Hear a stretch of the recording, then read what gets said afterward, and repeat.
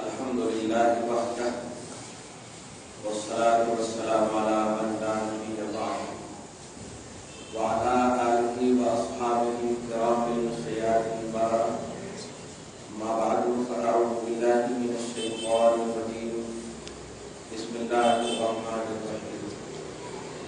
يا أيها النبي إنا أرسلناك شاهدا ومبشرا ونذيرا وداعيا إلى الله بإذنه وسراجا منيرا وبشر المؤمنين بأن لهم من الله فضلا كبيرا.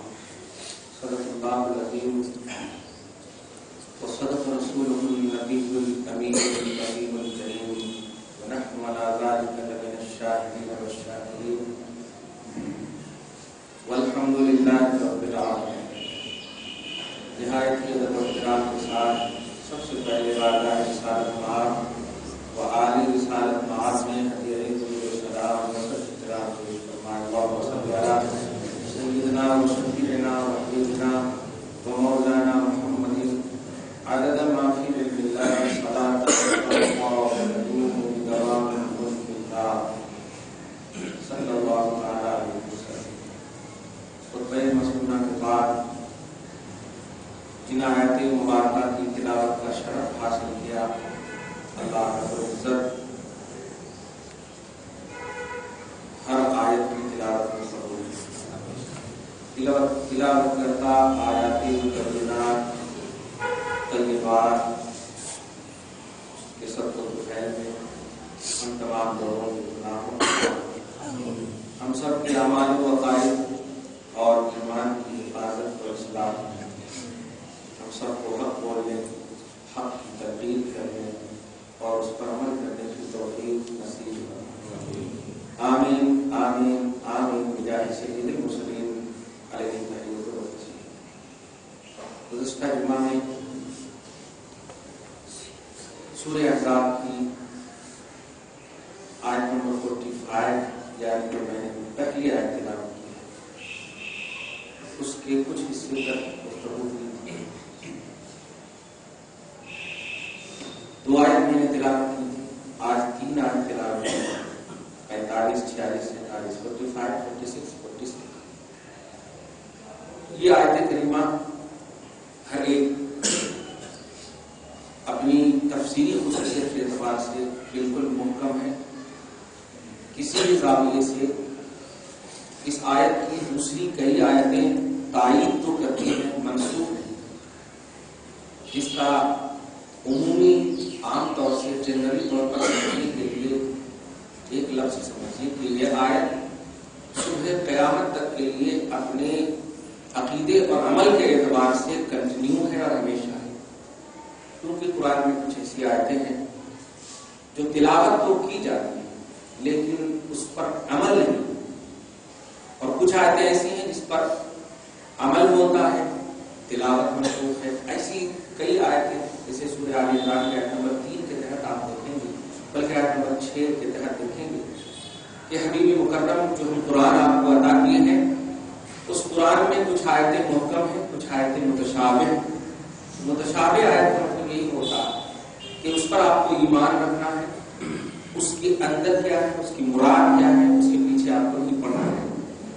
یہ متشابہ پہلو ہوتا ہے. تو یہ آیت کریمہ جو میں نے ابھی سورہ احزاب کی 45 46 اور 47 تلاوت کی، یہ آیت محکم متشابہ، اس لیے اس کو اسی نقطۂ نظر سے آپ سنیے. اچھا ایک بات بڑی اچھی آ گئی ہے، درود شریف پڑھ لیجیے، اللہم صلی علی محمد وعلی آل محمد وبارک وسلم صلی اللہ تعالی علیہ وسلم. اب اسے ابھی کہا میں نے کچھ آیتیں ایسی ہیں جس کی تلاوت ہے مگر اس کا حکم نہیں ہے. تو ایک مثال دے دوں تاکہ قریب ہو جائے. بات ہے ایسا نہیں قرآن پاک میں آیت تلاوت صرف کرنے کے بعد مسئلہ کچھ نہیں کرنا، ایسا نہیں. اس میں ایک مثال دے دیتا ہوں. سورہ مجادلہ کی آیت نمبر 12، مجادلہ مطلب 12 نمبر 28 میں فرسٹ سورہ، 12 نمبر 28 میں فرسٹ سورہ ہے سورہ مجادلہ. اس کی آیت نمبر 12 ہے. اللہ پاک فرماتا ہے یا ایھا الذین آمنوا اذا ناجیتم الرسول فقدموا بین یدی نجواکم صدقہ. اس کا مطلب یہ ہے اے ایمان والو جب تم رسول سے بات کرنا چاہو تو بات کرنے سے پہلے اللہ کی راہ میں صدقہ دے دو، یہ تمہارے لیے واجب ہے۔ یہ آیت کریمہ جب اتری، توجہ دیجیے، تو جتنے بھی صحابہ کرام تھے ان میں کچھ ساتھی تو مالدار ہی نہیں تھے نا، کچھ غریب اور فقیر بھی تھے۔ قرآن کی آیت کہہ رہی ہے کہ نبی سے بات کرنے سے پہلے، نبی سے راز کی بات ہو یا کچھ پرسنل بات ہو، کسی بھی زاویے سے کرنے سے پہلے آپ صدقہ کرو پہلے، تب انٹری کرنا نبی کی بارگاہ میں بات کرنے کے لیے۔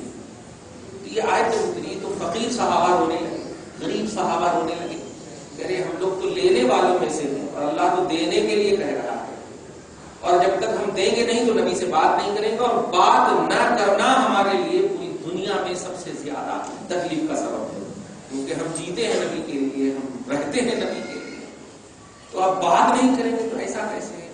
سوچ ہی رہے تھے کہ اللہ پاک نے اتنا ترس کھایا کہ دوسری آیت نمبر 13 اللہ پاک نے اتارا اشفقتم ان تقدموا بین یدی نجواکم صدقات فإن لم تفعلوا وتاب اللہ علیکم فاقیموا الصلاة وآتوا الزکاة واطیعوا اللہ ورسولہ واللہ خبیر بما تعملون۔ یا اس کے بعد ہی ایک دم سکڑ آیت نمبر 13 اتار دیا، اے فقیر صحابہ کرام، اے نہ دینے کے حال میں رہنے والے صحابیوں، تم کیوں رو رہے ہو؟ میں نے نبی اس لیے نہیں بنایا کہ تیرا دل ٹوٹے، میں نے تو دل ٹوٹے ہوئے کا سہارا بنا کر دیا، اس لیے تجھ سے صدقہ نہیں ہو سکتا ہے تو مت دے، جو تو عمل نیک کرتا تھا وہی کرتا ہے، پہلا والا حکم میں اٹھا لیتا۔ تو آج بھی سورہ مجادلہ کی آیت نمبر 12 دیکھیے جا کر کے، ابھی بھی موجود ہے، آیت موجود ہے، لیکن اللہ حکم اٹھا ہے۔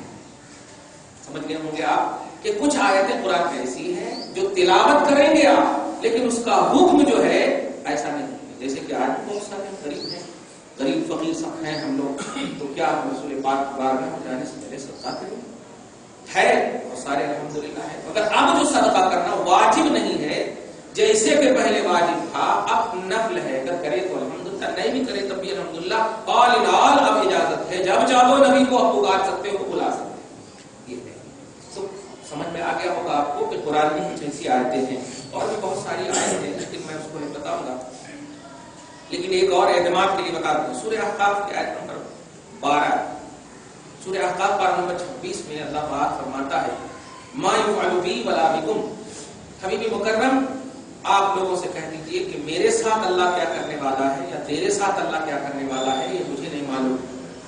یہ آیت کریمہ جب اتری تو خود صحابہ نبی پاک صلی اللہ علیہ وسلم بھی ظاہری طور پر اور صحابہ کرام بھی بڑے مطمئن ہوئے، بڑے غمزدہ ہوئے، تو آپ صلی اللہ علیہ وسلم کی غمزدگی اور صحابہ کرام کی غمزدگی کو دور کرنے کے لیے، غمزدگی کا مطلب غم ہونے کو دور کرنے کے لیے اللہ نے دوسری آیت فوراً اتاری، اے حبیب پہلے تو میں نے یہ کہا تھا، اب بتا دیتا ہوں کہ آپ کے ساتھ بھی اچھا ہوگا اور آپ کے صحابہ کے ساتھ بھی میں اچھا ہی کروں گا۔ سورہ فتح کی آیت نمبر 1 2 3 4 5 لائن سے آپ پڑھ لیجئے، یہ اس کے بعد ہی اتری ہے، باب نمبر 26 میں ہے۔ بات ایک دم یہ ہو جائے گی، مجھے کنٹینیو کرنا ہے گفتگو کو، کیونکہ آج 27 ہو گیا ہے۔